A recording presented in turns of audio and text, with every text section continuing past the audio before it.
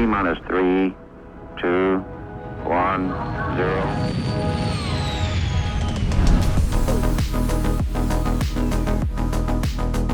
Hey, my friends, welcome to another episode of the Launch Sequence Podcast, episode 65. And as you can see, I got a real happy Croncy with me today.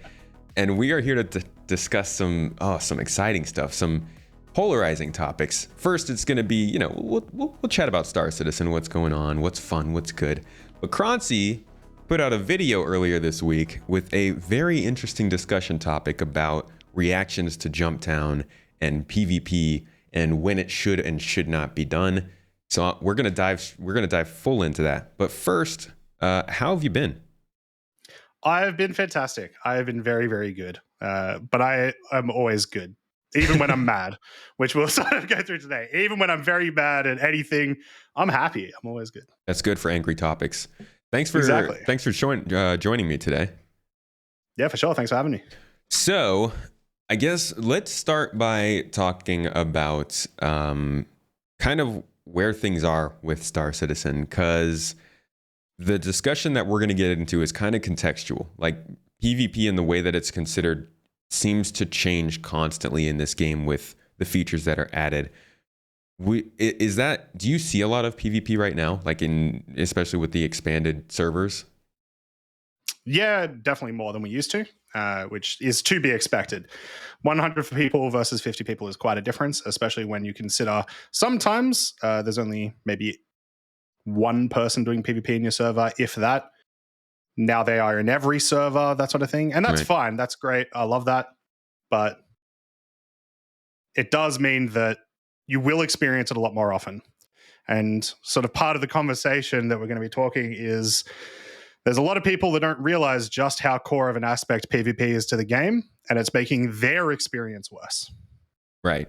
And that's something I think affects a lot of people when they jump into Star Citizen, is not just PvP, but like a lot of different things are things that you don't actually know exist. A lot of people, when they started talking about Death of a Spaceman last year, it was like before 3.15, they started bringing it up. People were like, this is going to kill the game. This will not, like, Star Citizen won't last with this. And you realize just how many people didn't know that's been part of the plan since day one. That seems to be a pretty big issue. Is that down to CIG though, in your opinion? Or is that more the community's kind of job to keep that stuff in the limelight? So it's obviously very important for CIG to, tell people the game that they're playing and tell them what can happen to them, what they can expect to experience. And for the most part, I don't think they do a terrible job explaining that PvP, exists in the game. The issue does come a bit more from the greater community. And because we have had this very, very large influx of players within the last 6 months, a lot of those players don't know what to expect. And when any form of PvP begins happening, toxicity starts breeding, basically, from both sides. Because you get an instance of, and I sort of explained it in my video, you get an instance of Billy gets really excited. He just got his ROC. He's heard about it from his favorite content creator. Hello? Is this working? Hello. Oh my God. Freaking Go XLR. I moved it like a quarter of an inch and everything broke. Everything stopped working. Geez, sorry about that. Okay. That's all right. We gotta I'm gonna have to ask you to repeat whatever it was you were saying before. Gosh, where were we? It was right before you started talking about Billy and hypothetical people with the rock they got from the so I don't remember what exactly we were talking about, but if you could just start back from the beginning of that thought. Yeah, I'll try it. Before we crashed, guys, we were talking about we had the official release date for Star Citizen, but we're never going to say it again. That was it. We found out the release date. When is everything getting done? When is Chris coming to visit us all personally? So yeah, what I was saying was more or less, there's a lot of not misinformation, but a lot of new players that come into the game don't know what to expect with PvP. And what that means happens is when PvP does happen to them, they end up, getting kind of rightfully mad. Like, if you don't know what to expect, I can see why you would get very mad with, that sort of PvP happening to you. But then they start flaming general chat. The PvP player goes like, oh, why is this guy yelling at me? They start flaming general chat, just becomes really toxic. And then because we have all these dynamic events now that in-game communication is incredibly important, you can't just like turn off chat and continue doing what you're doing like some of the time during like Jumptown and Siege of Orison. So then all of just everything that happens becomes toxic. And it's a thing that I've noticed happening a lot recently. I've heard people have experiences with this recently. And while it's even right now, it's not too bad, but it's getting worse. And if it gets to a point where it is really bad, it'll be too late. I see where you're coming from.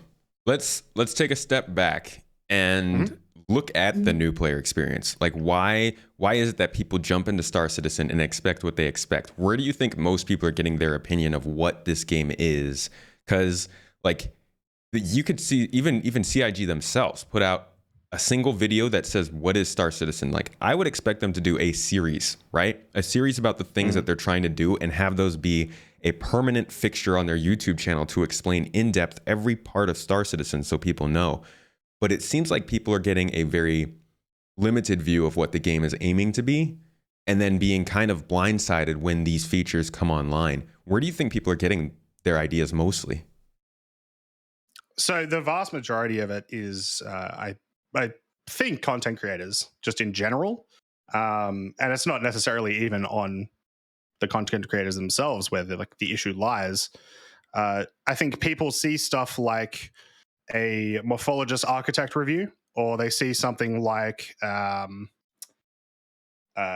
forget the name of the creator, but the guy that did the Prison Escape, and they take those bananas, yeah, and they look at those and they go, "That's what the game is," when really it's not. There are other videos out there, of course, but none of them sort of reach the amount of views and the amount of recruitment power as some of these videos that are just like, hey, look how beautiful the game is. And it is beautiful. Like, of course they looks get nice. those many views. Exactly. So you end up getting these people that just have never either experienced it or have maybe heard, oh, there's this thing called PvP that's happened sometimes. I played for 8 hours yesterday. It didn't happen to me. Next time they log on, it happens to them. And then everything goes downhill. Also, of course, this doesn't happen to everyone. It might not even be a majority of new players that this is happening to, but it's happening to enough of them that it's becoming an issue. One thing that was absolutely insane to me, and it's kind of what kicked off me researching a bit more about this, was during Jumptown, there were people in general chat, like in the global chat, unironically saying it's not a PvP event, it's a money event, and the fact that you're doing PvP is making the game worse. And that blew my mind. Huh. So that's an extreme take, obviously, but those opinions do exist out there, and while they are a minority, it's rough.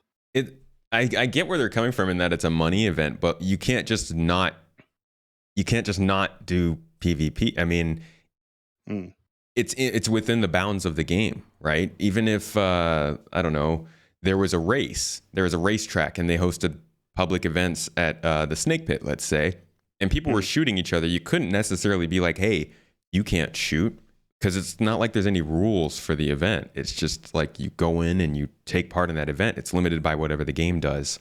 Now, I'm not a person who thinks that every single moment should be that risky, and I think we'll talk a little bit about that and how, what kind of things the game can do to make sure that's not always true. But I guess we can kind of jump into that now. The biggest, I think, thing that is causing this right now is just how limited the space is. Not in that Stanton is a small system by any means, but Stanton is running on a single law system with a single kind of, there are different felonies for each planet, but it's like a blanket across the whole system as to what's expected. I feel like if once Pyro comes in, or even after that other systems, you start to get opportunities to do things in certain places with less risk than others. So you kind of move out of those places, being Stanton. What do you think about that?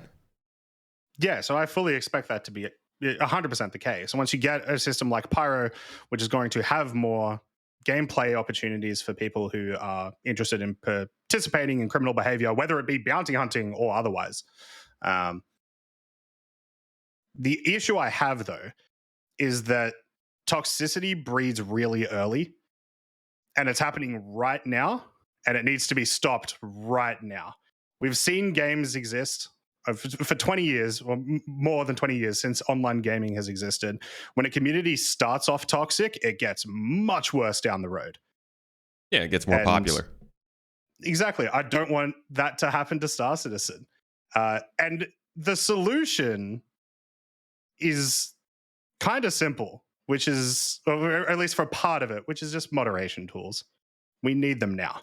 Right. We need to be able to mute someone. We need to be able to in-game report someone. It's the only way that at least I can see this not turning into a bigger issue.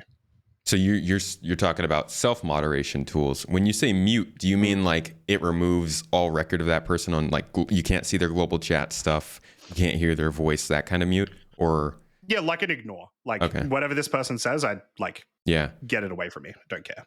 Because there are obviously some things where people will just straight up break TOS. They'll say absolutely abhorrent things, and they can get reported outside of the game, which is an issue in its own right, that you should be able to report them in game. But it's not necessarily those people that become the larger issue. The larger issue is just general toxicity, which you are legally allowed to be toxic. There's nothing necessarily. It is your right. Yeah, it is your right to be toxic, but that's not fun. So, I'd like to be able to ignore that. And I think some of the issues, only some of the issues get fixed there. And you think generally those people won't be heard? They'll just eventually fade away, just leave on their own.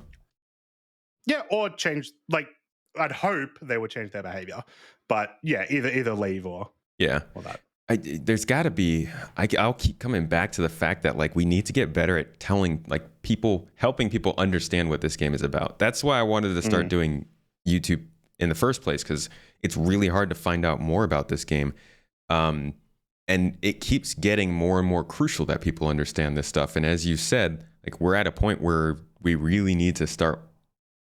I wouldn't use the word moderating, but setting better expectations on what to expect.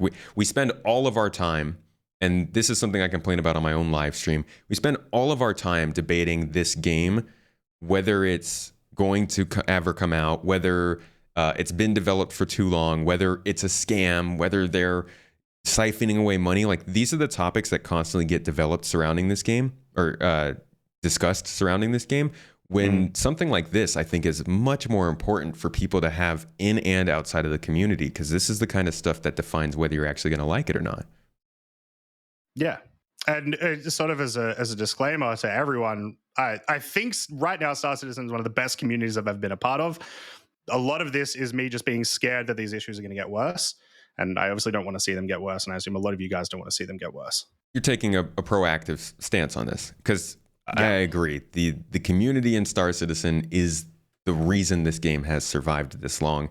And that probably adds a little bit of importance to what you're saying. The community has driven this game forward, from teaching new players to creating websites that help people get what they need, to running tutorials and orgs and guides in game. Like, almost all of the stuff that a person would experience to get them into playing this game comes from the players. So it's important that that community bond sticks around for as long as possible, and we try to ingrain it into something permanent. I agree. Yeah. There is, I think, with the, when people sort of consider some of this PvP that to long backers maybe considered just regular PvP, there is sort of like a sore moment, whatever, words are hard, where the fact that the criminal system is a bit iffy, and right now, like, the prison system is rough, although we'll talk about what got announced today. The whole idea of, like, if someone does participate in PvP, from a perspective of someone who's doing PvE, they aren't being punished enough. Like they are okay with that happening as long as, like, oh, well, good luck in prison. Right. So there's a little bit of that element to it. And I think that's it's a reasonable opinion to have, that like, yeah, they're not getting punished enough. Let's see some harder action. But I want to point out that a lot of people think that punish them means they shouldn't be able to play the game, rather than what it should be, which is you should be forced to have an enjoyable time in prison. Right. Yeah. Because being a pirate isn't a bad thing. It's just a different thing. Like you should get punished in that you're removed from the general population, but it should still be fun. Like you should still be able to enjoy something. Definitely. And the law system's god awful. I mean, I thought when they introduced it that it wasn't great, but it was adequate for what we had at the time. But I expected them to iterate on it a lot more. And I talked about this with Salty Mike, I believe, a couple weeks ago, and how they've got this dilemma of like, or at least they've always suffered from this dilemma of they've introduced something to make sure it works because it's an alpha and that's really all they're aiming for. And then they just kind of drop it and they don't really work on it that much. And we're seeing that change a little bit with like locations and derelicts and some of these missions, and even now with new prison improvements, like you said. But that still does seem to hold them back. And with the criminal system, I think that's the worst place to stagnate, because this is what happens. It starts to be a little bit unclear to people what's griefing or like going outside of your bounds and getting in trouble versus just doing something different, getting sent to prison and then getting out because that's part of the game. It's interesting. It's a system, and like this conversation is one that'll probably have to happen a couple of times over the course of the next year, especially as we will also start to see most likely illegal behavior kind of change once we get cargo refactor. Right? People that have already talked to and already come from the conversation have said like, well, right now I just consider PvP like, or the only reason they're doing it is because it's fun, which I do want to point out.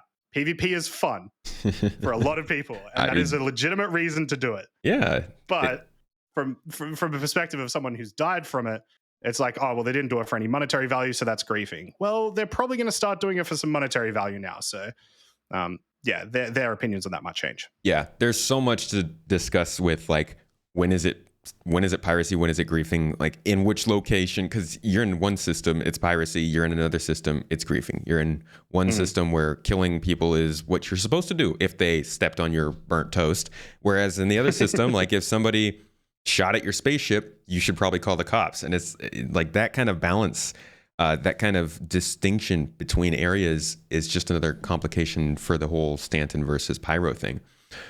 But also, and what was I going to say? Jeez, it just like slipped my head. Oh, reputation, I think, should... What do you think of reputation taking the place of the crime stat? Like completely getting rid of the crime stat and just saying like a negative reputation affects the way that you're handled instead? So I would say don't get rid of crime stat necessarily, but at the very least incorporate reputation into it. And honestly, it kind of feels like that might be where they're heading. In today's ISC spoilers, there's some changes happening to prison gameplay, and there's some changes happening to security post career, which was a really well-timed ISC for this conversation. Yeah, that's fantastic. Throw some B-roll on there. Yeah, exactly. So during prison, they're moving towards adding some more things to get rid of your time so that you're not just either escaping, mining, waiting, or doing the gas canister missions, the ventilation missions. That's what they are. And one of the things they sort of mentioned was like some good behavior type missions where you're going in and you're collecting some of the shanks and turning them into the authorities, right? And they'll be like, hey, you did a good thing, you snitch. Thanks for all these shanks. Yeah. As well as some other things for some of the criminals that want to stay in there as well. Like there's a lot changing there, but that would actually lead itself into, I would think, a bit of reputation, to the point that maybe reputation with specifically Clasher, right? Or Clasher is actually how it's supposed to be pronounced, apparently. Oh, really? Sounds weird to me. Clasher? Yeah, it's Clasher, as if it had an I after the E. Oh. I don't know. Yeah. Huh. It's okay. how they were pronouncing it all ISC. It was really weird. I was very confused. Like, where is that? What are they talking about? Yeah, I was. There's so many. There's so before. many names in Star Citizen that are already debated. Like they just keep naming things very differently pronounceable. It's so funny. 100%. And one that got me, I was watching a Captain Burke stream, and he called Uterp Utrip, and that broke me. I was so mad. Utrip. Yeah, Utrip.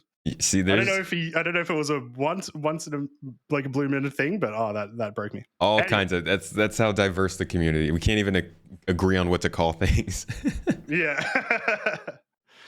So yeah, having a reputation system with like Clasher, where cool, if you have been going into prison in any of these UAE systems, if you've been going to Clasher rehabilitation centers, if you don't escape, if you've been doing a lot of the mining, if you've been handing in a lot of these things, and you haven't been involved in PvP inside the prison, that sort of thing, that maybe your times get a little bit faster, maybe your crime stat takes a little bit longer to go up, something like that.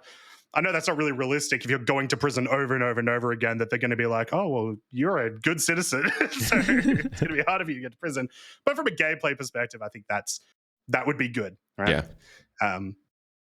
Yeah. I wonder if they'll let us out of prison if we agree to be employed by Hurston. It's the same thing, right? It's just one form of slavery for another. I don't mind that. You can get out of prison. Oh, okay. So imagine you're in prison, you get contacted. We've got an early workers release program.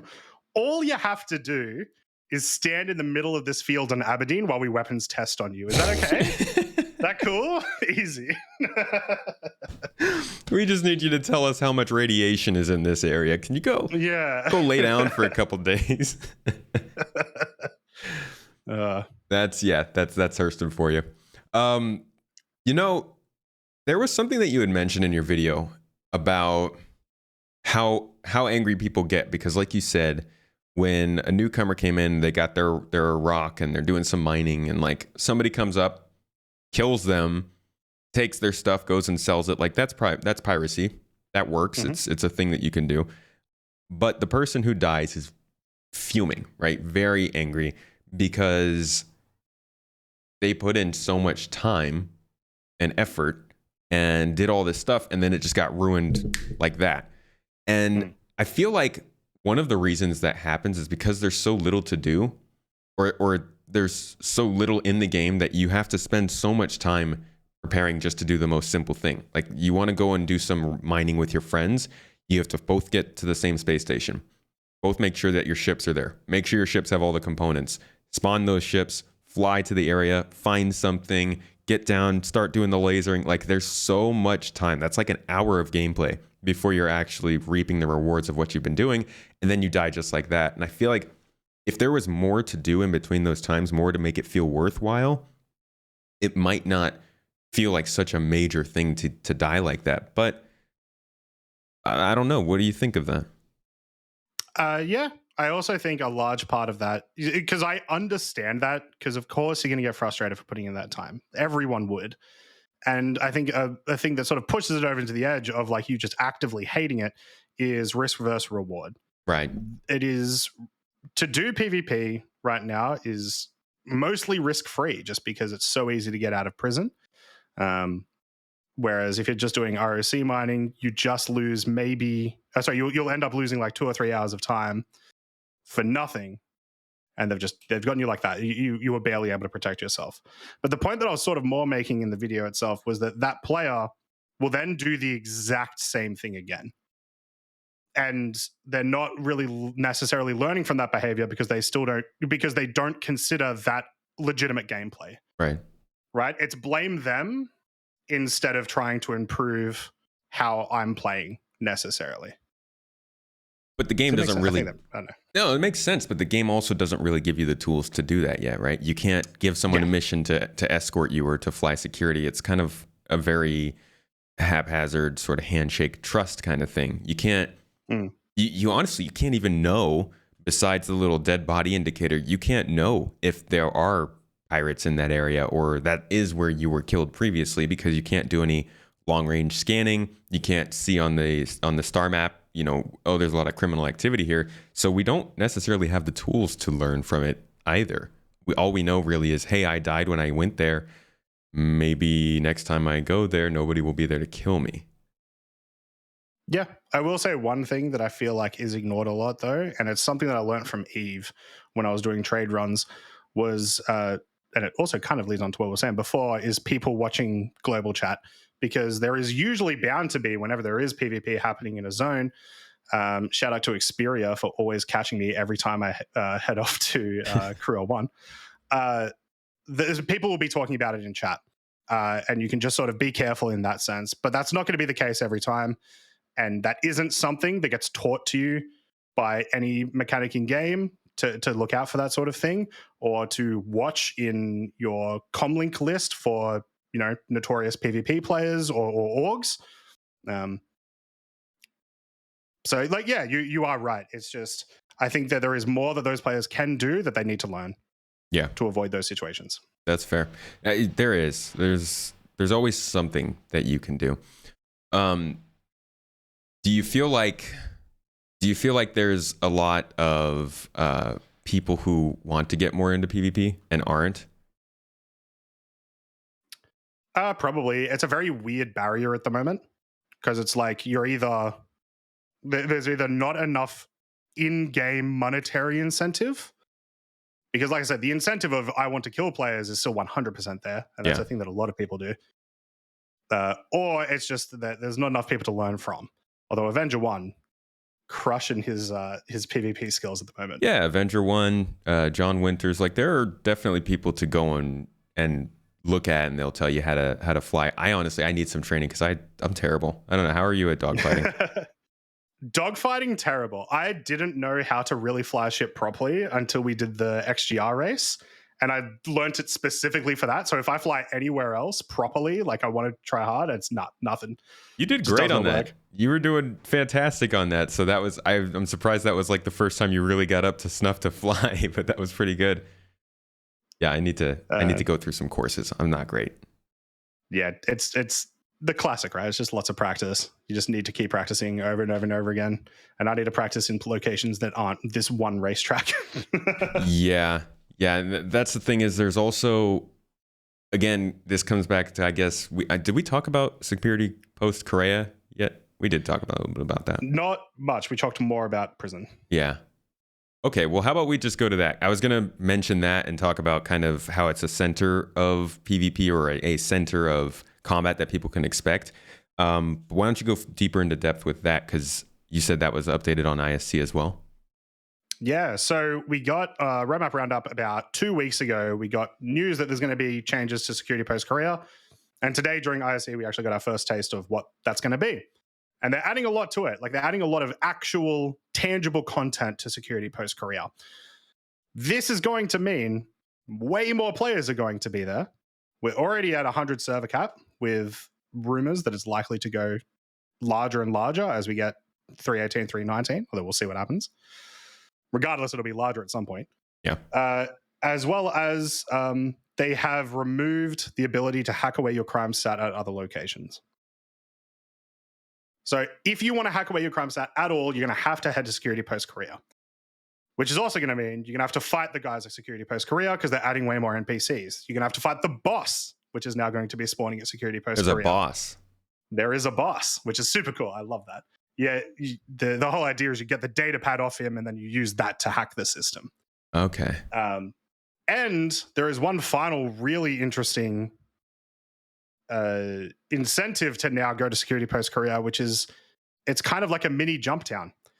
It's going to spew out drugs and other contraband. Wait, what? Yeah, but it's going to be a smaller version. So it's not like Jumptown where it's just like, here's the most expensive drug over and over and over again. Sure. They sort of mention sometimes it'll just throw out scrap, sometimes it'll throw out whatever, but it is supposed to be contraband that's throwing out there. Why is the Crusader-owned security space station throwing drugs out? No, you when you grab you kill the guys who kill the boss, and you go into like the evidence room.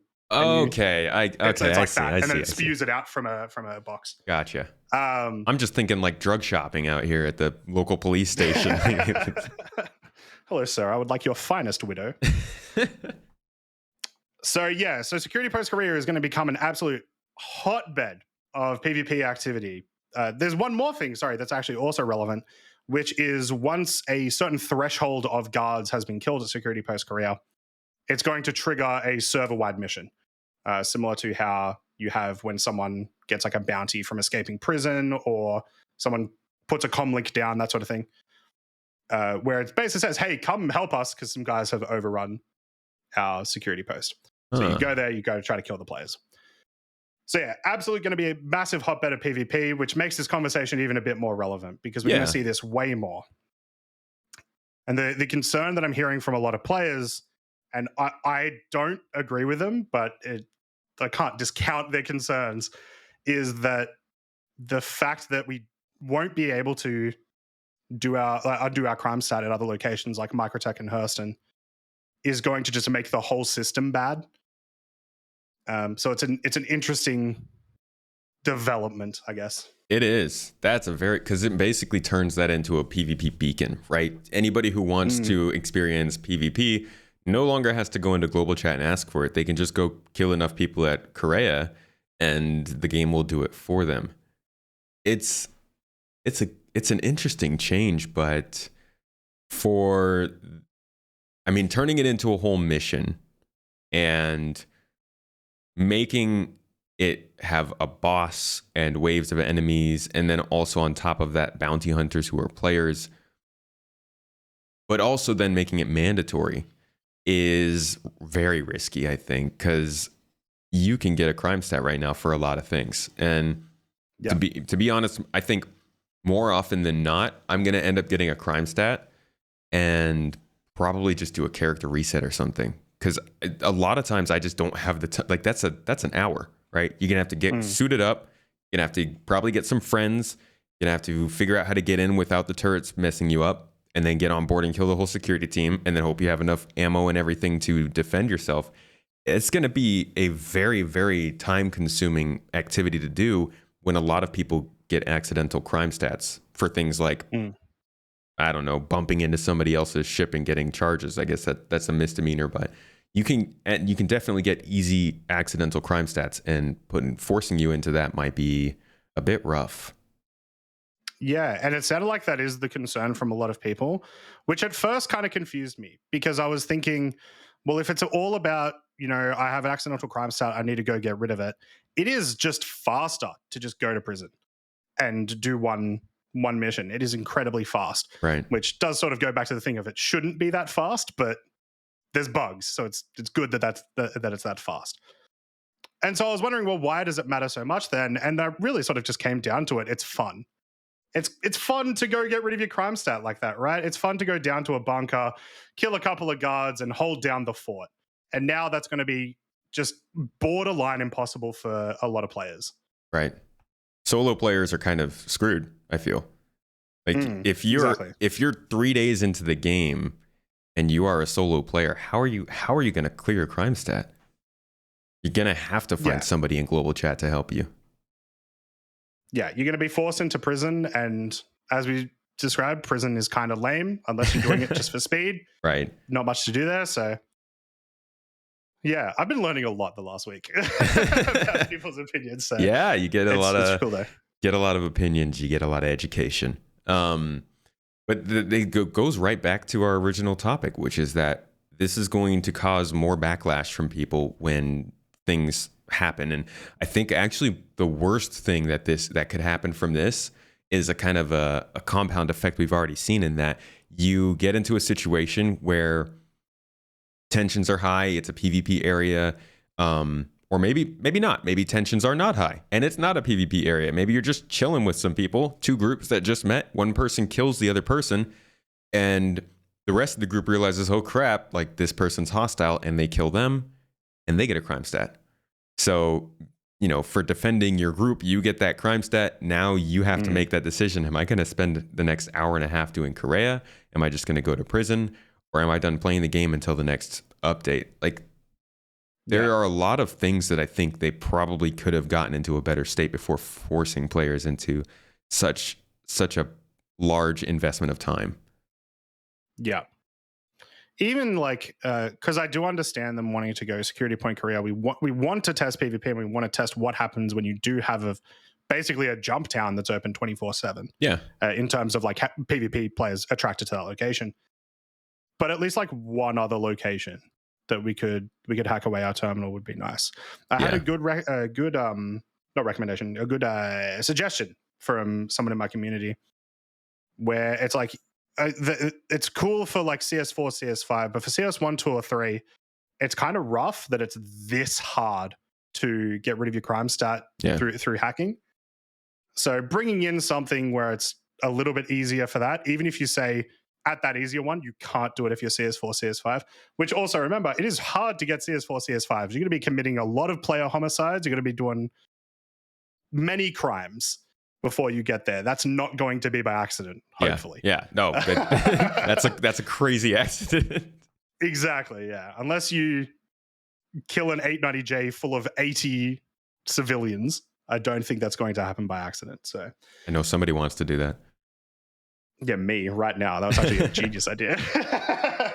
I was kind of hoping when Morphologist did his stream with the like 114 people in the 890J, I really just wanted someone to go into pilot seat and backspace. Oh my God.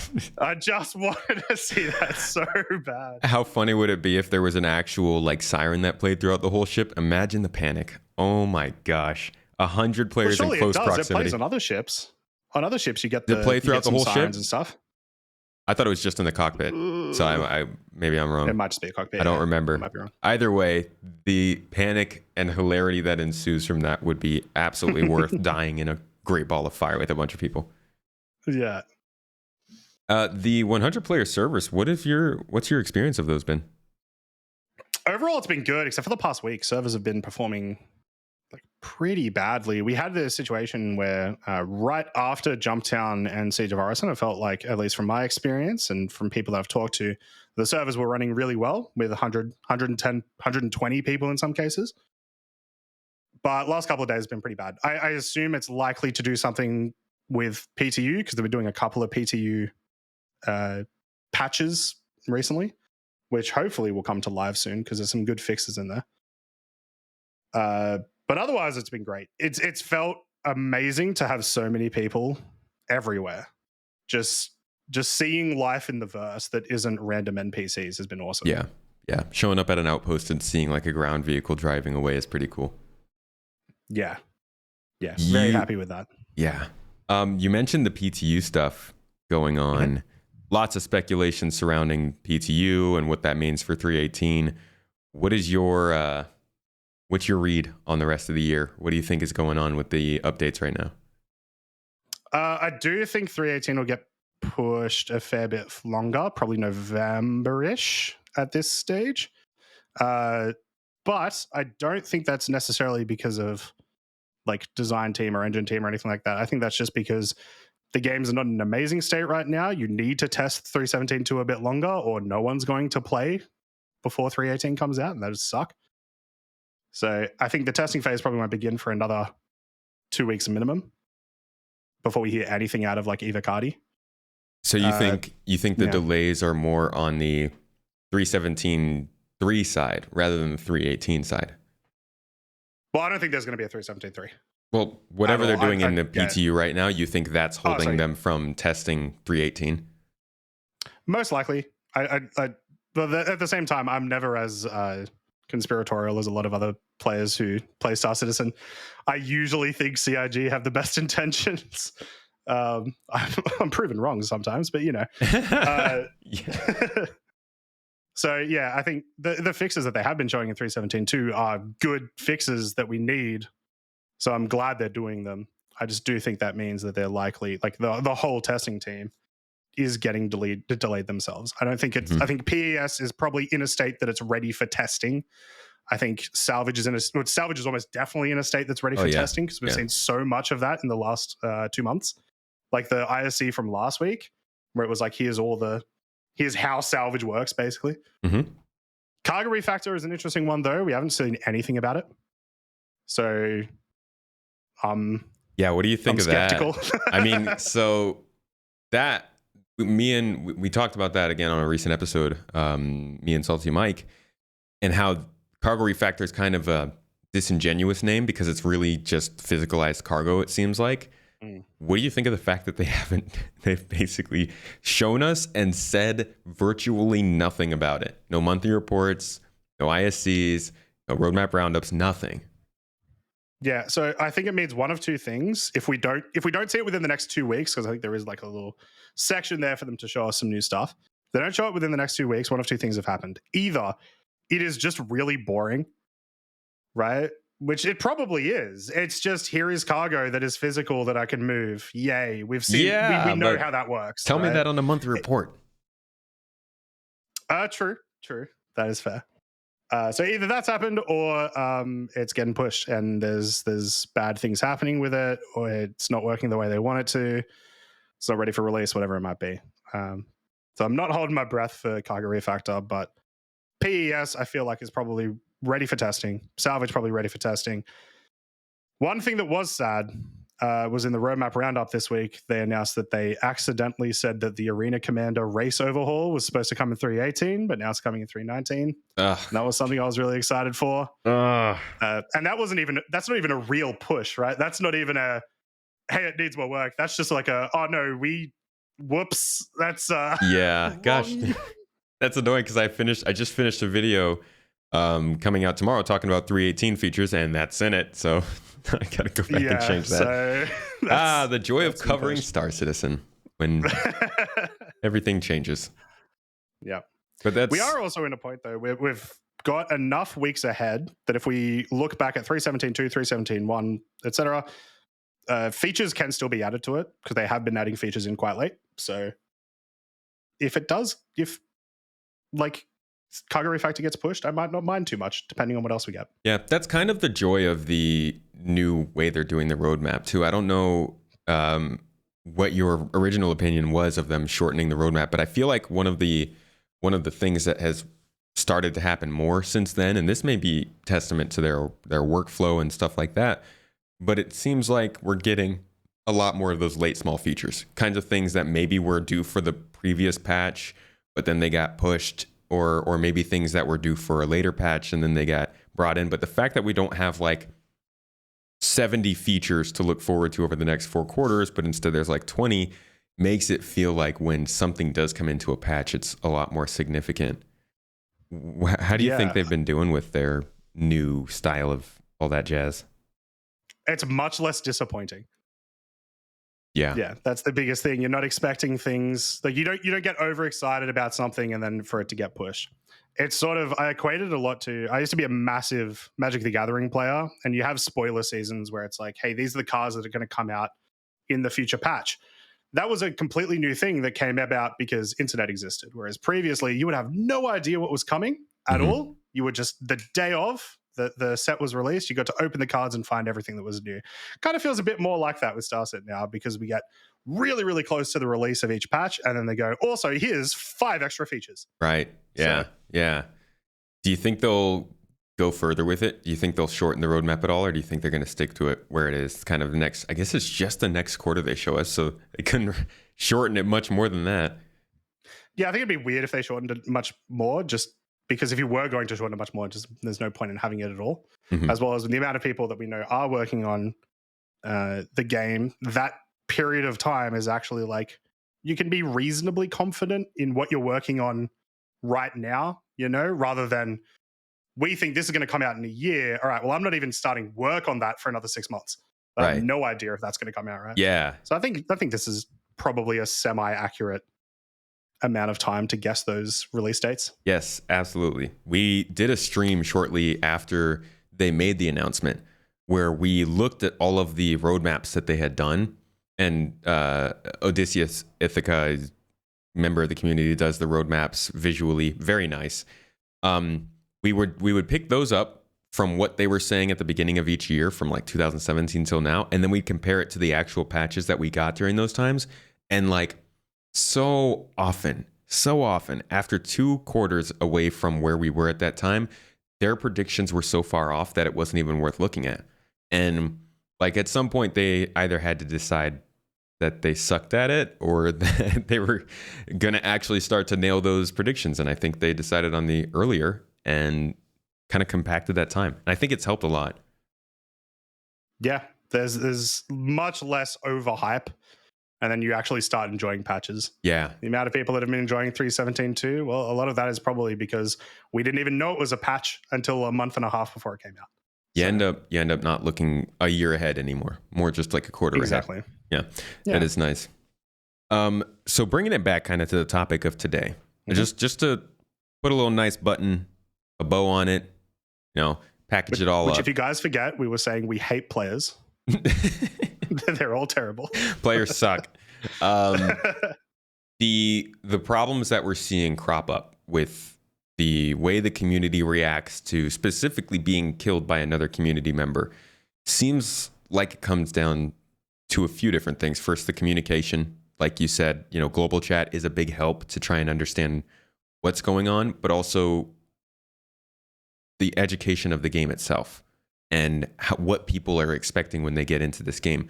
Is there anything else that you think factors into that and that people should really take away from this conversation regarding reactions to PvP and when you should and should not expect it?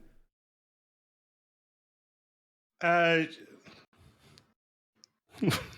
the question again. Well, I think we touched on a couple of the things. So like there are things that people need to take away to understand why this is important, why PvP is a thing, why they should be expecting it at certain points, and why it being done in places where PvP is planned isn't a bad thing. It's just a misunderstanding. But I'm trying to figure out what are the things that everybody needs to know. So I think the biggest thing is, what do the devs actually have in plan for the game? There's nothing necessarily wrong with not enjoying PvP. There's nothing necessarily wrong with being mad at PvP, but that is not where the devs want to take the direction of the game. It's not where a large portion of the community want to take the game. Having the threat of PvP, even if you never want to participate in it, which is often me too, is important. Yeah, it's I want it to happen over there, but if it happened, I know it can happen to me. And that's a really core aspect of me, wanting to risk big trade runs, wanting to risk big mining runs. I think that makes it really, really exciting. And if that isn't the style of gameplay for you, then just let the devs know, but don't get mad at someone for playing the game correctly or just in a way that is allowed. Yeah. And that factors a lot into the fact that this isn't the only star system we're going to have. You're going to have your safe spaces where it won't be as risky. But that's part of what makes certain jobs, like you said, cargo hauling a certain route, a lot more fun or interesting and exciting than another route. You can't just be told that a route's dangerous. You have to see it. Exactly. There is one thing, another community thing that I want to talk about that's not 100% connected to either of those, but goes along with a bit of Star Citizen toxicity is appearing, which is everyone's favorite event, the ship showdown. Oh boy. Oh wow, was that 400 dislikes that just appeared? What the hell? So ship showdown is here. Firstly, mole for ship showdown, very important. Number one, vote mole. Okay. Why the mole? Because it's the mole. Okay. Keenan. Come okay. on, no. Yeah, no, it's my bad. It's my favorite ship they've ever made. I think it's aesthetically super cool with how utilitarian it is. I like the idea of that gameplay style. I just love it. My favorite ship. It's got a beautiful interior too. Oh yeah. Although I am mad that they made the raft interior better, because now it's I want to transfer it over. That's Argo for you. They just keep making things better and better. Yeah. So yeah, Ship Showdown is back, and this event that is supposed to just be a bunch of good fun, show off, some ships you like, take some screenshots, all that sort of stuff, is already becoming just gross, which is mostly because of what happened last year. It's sort of hey, this is just going to happen again, and I hate that. So yeah, if you do participate in Ship Showdown, it's okay. Let people vote for what they want to vote. It's fine. I don't know, man. I heard that they're ruining the universe. Yeah. I if you don't vote have for the PTV, you're actually a terrible person. No. I have literally no horse in the race. I love and hate all ships equally. I'm so much more here for like the features and the gameplay than the ships. I would like to see something that doesn't have skins get more skins. I think that, you know, like whatever needs more skins, do it that way. But yeah, it does feel like it's kind of something that they made to build the community engagement and stuff, and like us humans like to do, it's become a place of argument and just kind of, like you said, a little bit of toxicity now. It's a bummer. Yeah. I think it comes from a place of what always happens when you have any sort of team aspect in anything, which is, you know, people start to jokingly go, haha, nah, your thing's garbage. But then it becomes real and it gets a bit awkward. Yeah. And people want to vote for what they want to vote for. And when it looks like there's like a concerted effort against what you're voting for, I understand when that, you know, that gets a bit annoying, because it's like you might be that one player who doesn't know anybody versus somebody who has like a huge org or like a big group of people around them who they know can come and vote with them and change the whole vote. And it's like, well, that doesn't feel very fair. So I get why that can be discouraging. But I've seen a lot of people, like you said, this year just basically saying, I'm not taking part this year. It doesn't feel like it doesn't feel like I can make any difference anyways. Yeah. And it's just like, you've got to remember, it's not just about here are the skins and here are the ships that win or anything like that. It's just to show your appreciation for the ship that you like. Take a cool screenshot. Who doesn't love a cool screenshot of a ship, right? Like, it's fun to participate in it regardless. Yeah. I will some say pride. though, I did see one of the most terrible takes though, which so I think Noobafire may have put out a video for the PTV, being like, hey, you should vote for the PTV for these reasons. And someone said that he was doing it to manipulate the YouTube algorithm because everyone's voting for PTV, which that's a take. That's a take, apparently. I don't think those two things are linked. Yeah, I don't think voting for the PTV means you're looking for a YouTube video about it, but no, it's not. But expect Tomato's video tomorrow to be PTV related. I'm going to scrap the whole thing. I said I had to rechange the racing stuff, but no, I need PTV front and center. Anyway, were you around when they introduced that? The Ship Showdown? No, the PTV. Oh no. I'm 2019. Okay. I am late to the game. Okay. Late to the game, but extremely dedicated. Optimism. Yeah. That's good. Well, I think we kind of nailed the rest of this topic. The real takeaway, I think, for me at least, is just that we need to continue to educate people on what this game is and what to expect when jumping into it. There's a good chance you're going to get attacked at some point, and there are things you can do to stop it. Not necessarily provided by the game, but by the players around you. And I think that's really important, and something that's what I took from your video. And as a content creator, I felt like that kind of inspired me to make sure to include that in my content more, to explain to people why that kind of thing is going to happen, why it's important. So I wanted to bring you on here to talk about it because I felt like it was a good message. Wanted to spread it a little bit more and start some more discussion, especially in the comments down below. I know there's going to be plenty of good discussion in the comments down below about this topic and about how players should be maybe looking at it, or just what other people's opinions are on it.